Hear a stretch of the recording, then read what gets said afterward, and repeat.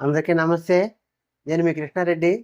అందరికీ కూడా ఈరోజు క్రోధినామ సంవత్సర ఉగాది శుభాకాంక్షలండి. అయితే ఉగాది అనగానే మనకు గుర్తొచ్చేది మన ఆంధ్రులకి ఉగాది పచ్చడి. మరిది మా తూర్పుగోదావరి జిల్లా స్టైల్‌లో ఎలాగా చేయాలో ఇప్పుడు మీ అందరికీ చేసి చూపించే ప్రయత్నం చేస్తాను. మరి ఇంకెందుకు ఆలస్యం, పదండి మనం చూసేద్దాం. ముందుగా మనకు కావాల్సింది వేప పువ్వండి.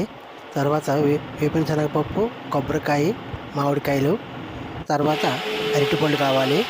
దాని తర్వాత బెల్లం తగినంత కూడా తీసుకోవాలి. తర్వాత చింతపండుని కొత్త చింతపండు నీటిలో నానబెట్టుకోవాలండి. నానబెట్టుకున్న తర్వాత మనం వేరుశనగపప్పు ఉంది కదా, ఈ వేరుశనగపప్పుని మిక్సీ పట్టుకోవాలి పిండి కింద.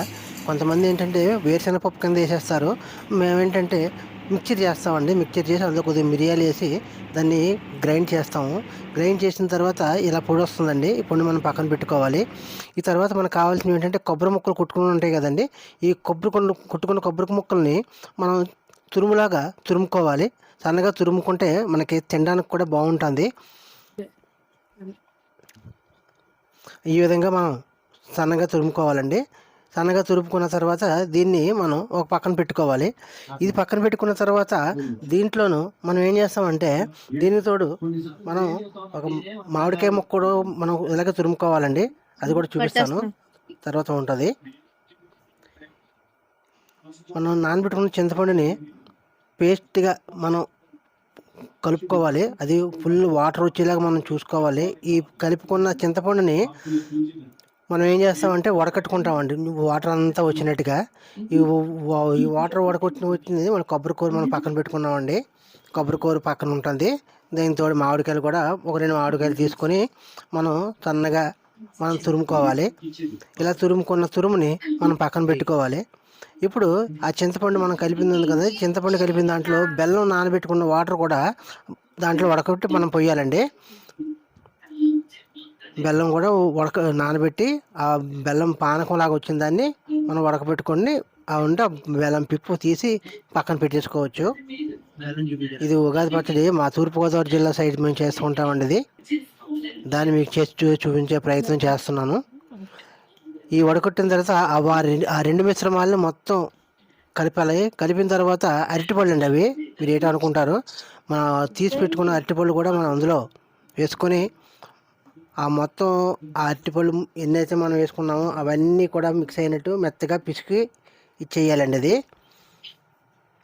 ఇది ఏంటంటే మా ఉగాది పచ్చడి అండి. ఇది దాని శనగపప్పుని మనం మిక్స్ చేసి పక్కన పెట్టుకున్నాం కదండి.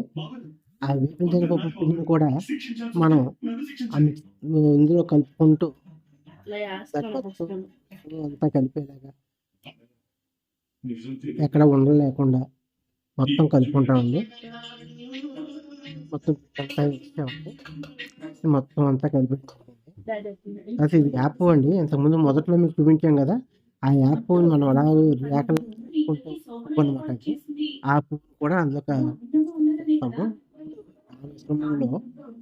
కొబ్బరి తురుము అనేది మనం మొత్తం మళ్ళీ కలుపుకోవాలి. తర్వాత మామిడికాయ తురుము కూడా అందులో వేసి కలుపుకోవాలి.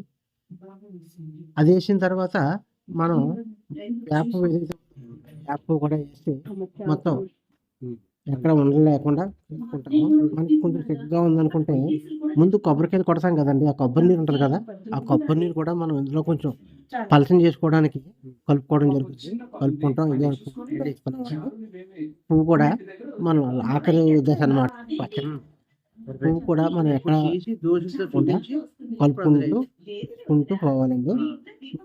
అలా వేసుకుంటూ వెళ్ళడం అనేది మొత్తం అంతా పచ్చడి బాగా రుచికరంగా కూడా తయారవుతుంది. మొత్తం మన పువ్వు ఎంత అయితే పువ్వు ఉందో అంత పువ్వు కూడా మనం వేసేస్తామండి. ఆ పువ్వు సరిపోతుంది. అంతా అలా కలిపిన తర్వాత చూడండి మన పచ్చడి రెడీ. చూడండి ఎలాగుందో, సూపర్గా ఉంది.